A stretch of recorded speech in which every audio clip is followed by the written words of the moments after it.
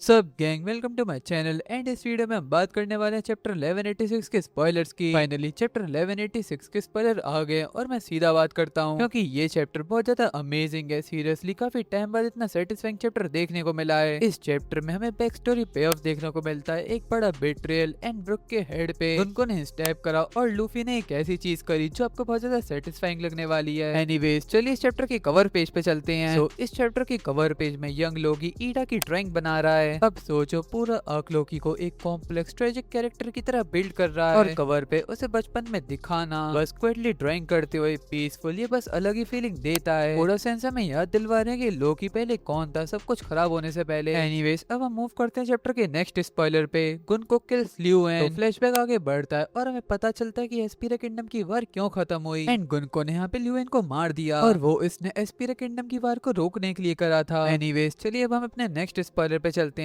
गुनको father revealed. Okay so ये वाला part बहुत ज्यादा वाइल्ड होने वाला है। हमें यहाँ पे पता चलता है कि गुनको का बायोलॉजिकल फादर एक गॉड्स नाइट है। और अगर आप सोच रहे हो कि यार हमने ये वाला बंदा कहाँ देखा था, तो ये वही कैरेक्टर है जो हमने लास्ट चैप्टर में स्मोकिंग करता हुआ देखा था। वेल इस गॉड्स नाइट का नेम है ग्रोलो। आई होप मैं इसे सही प्रोनाउंस कर रहा हूँ एंड इसकी आइज भी गुनको की आइज की तरह ही है। वेल ओडा सेंसेई ने बहुत पहले से प्लान कर रखा था लेकिन हमने ये चीज नोटिस नहीं की। बट अगर आपको याद हो तो मैंने इसके ऊपर एक थ्योरी भी बना रखी थी। आई होप आपने वाली थ्योरी देख ली होगी। मैंने इस थ्योरी में बताया था कि गुनको का फादर एक्चुअली में एक सेलेस्टियल ड्रैगन हो सकता है एंड ये वाली थ्योरी एक्चुअली में सही निकली। तो यहाँ से हमें ये तो पता चल गया कि गुनको एक गॉड्स नाइट की डॉटर है। लेकिन यहाँ पे बहुत सारे सवाल भी उठाता है कि अब उसकी लॉयल्टीज क्या है, उसके मिशंस क्या है एंड वो वर्ल्ड गवर्नमेंट के बारे में क्या जानती है। एनीवेज अब हम मूव करते हैं नेक्स्ट स्पॉइलर पे। गुनको स्टेप्स ब्रुक। तो यहाँ पे गुनको ने ब्रुक के हेड पे स्टेप कर दिया और अपने फादर के सन किंगडम को छोड़ दिया। ये मोमेंट दो काम करता है। गुनको का रोल इस फ्लैशबैक में क्लोज करता है और साथ ही ये भी दिखाता है कि ईमू एंड गॉड्स नाइट कोई गेम नहीं खेल रहे। हमने गॉड्स नाइट को बहुत ज्यादा लाइटली ले लिया था क्योंकि वो एक्चुअली में बहुत ज्यादा पावरफुल एनिमी से लड़ रहे थे, लेकिन एक्चुअली में गॉड्स नाइट बहुत ज्यादा स्ट्रॉन्ग है। Anyways let's move on to the next spoiler, Brooks trauma response. पहले वाला स्पॉइलर पढ़ने के बाद आपको ब्रुक के लिए बहुत ज्यादा बुरा लगने वाला है। वेल गुनको ने जब ब्रुक को स्टैप करा था उससे ऑफ कोर्स ब्रुक सर्वाइव तो कर जाता है, लेकिन ब्रुक का ट्रॉमा इतना सीवियर होता है कि उसने अपने आप को यकीन दिलवा दिया कि वो एक ड्रीम में था। एक ऐसा कैरेक्टर जो वन पीस में सिर्फ कॉमिक रिलीफ के लिए था, लेकिन हम ये भूल जाते हैं कि ब्रुक बहुत सालों तक अकेला था। उसने बहुत चीजें देखी और बहुत चीजें खोई भी हैं जो इस क्रू में ब्रुक को कोई डीपली समझ ही नहीं सकता। ब्रुक ने खुद को कन्विंस कर लिया कि वो एक ड्रीम था क्योंकि दूसरे ऑप्शन में रियलिटी को एक्सेप्ट करना बहुत पेनफुल था। Anyways let's move on to the next spoiler. So यहाँ पे है ईमू वर्सेस लोकी। ईमू वर्सेस लोकी ये फाइट काफी टाइम से बिल्ड हो रही है but now we are in middle of this fight. Stakes इतने हाई हैं कि लोकी इस वर्ल्ड के स्ट्रॉन्गेस्ट एंटिटी से लड़ रहा है जो ओवर 800 ईयर से इस वर्ल्ड को कंट्रोल कर रहा है। और ये नहीं, यहाँ पे ईमू 800 साल पहले जो हुआ था उसके बारे में भी बात करता है। इस चैप्टर में पूरा मोनोलॉग नहीं मिलता लेकिन ये फैक्ट है कि ईमू वर्ल्ड सेंचुरी के बारे में कुछ बोल रहा है एंड ब्रो ये इन्फॉर्मेशन बहुत ज्यादा मैसिव है। एनीवेज ईमू नेक्स्ट चैप्टर में जो भी बोलेगा वो वन पीस के हिस्ट्री के बारे में हमारी समझ बदल देगा। चलिए अब नेक्स्ट स्पॉइलर पे मूव करते हैं। तो यहाँ पे लिख रहा है लूफी अराइव। फाइनली वो मोमेंट आ जाता है। चैप्टर के एंड में लूफी बैटलफील्ड में आ जाता है और लोकी फाइट कर रहे होते हैं और इसी बीच लूफी भी आ जाता है। एंड आपको क्या लगता है कि वो क्या करता है? वो सिचुएशन असेस करता है या कोई प्लान बनाता है या फिर वो लोकी को आवाज देता है? वेल इसमें से वो कुछ भी नहीं करता। वो ईमो के सामने जाता है एंड उसके फेस पे बहुत तेजी से पंच मार देता है। सेम एनर्जी सेम लूफी बिल्कुल वैसी जो उसने साबॉडी में कार्लोस को बिना सोचे मारा था। कोई हेजिटेशन नहीं, कोई स्पीच नहीं, बस देखा जो मारने लायक है उसे मार दिया। वेल मैं सही बताऊं तो ये साबॉडी का कॉल बैक एक्सीडेंटल तो नहीं लगता। ओडा सेंसेई यहाँ पे एक सीधी लाइन खींच रहे हैं। लूफी तो अब कौन था एंड अब कौन है, लेकिन वो रूकी नहीं है जो पिटने वाला है। अब वो एक जॉन को है और अब उस गुस्से का मतलब अलग है। ये वो मोमेंट है जिसके लिए पूरा बिल्ड हो रहा था। लूफी वर्सेस ईमो फाइनली आ गया है। एनीवेज मैं वाली वीडियो यहाँ पे रैप अप करता हूँ। तो ये था वन पीस चैप्टर 1186 के स्पॉइलर ब्रेकडाउन। अगर आपके वाली स्पॉइलर वीडियो अच्छी लगी तो क्या करो, चैनल को सब्सक्राइब जल्दी कर लो फुल ब्रेकडाउन वीडियो के लिए। और हाँ, अगर आपने इस वीडियो को अभी तक लाइक नहीं करा तो ब्रो जल्दी से लाइक भी कर ही देना। तब तक मिलते हैं किसी और वीडियो में। For now bye bye.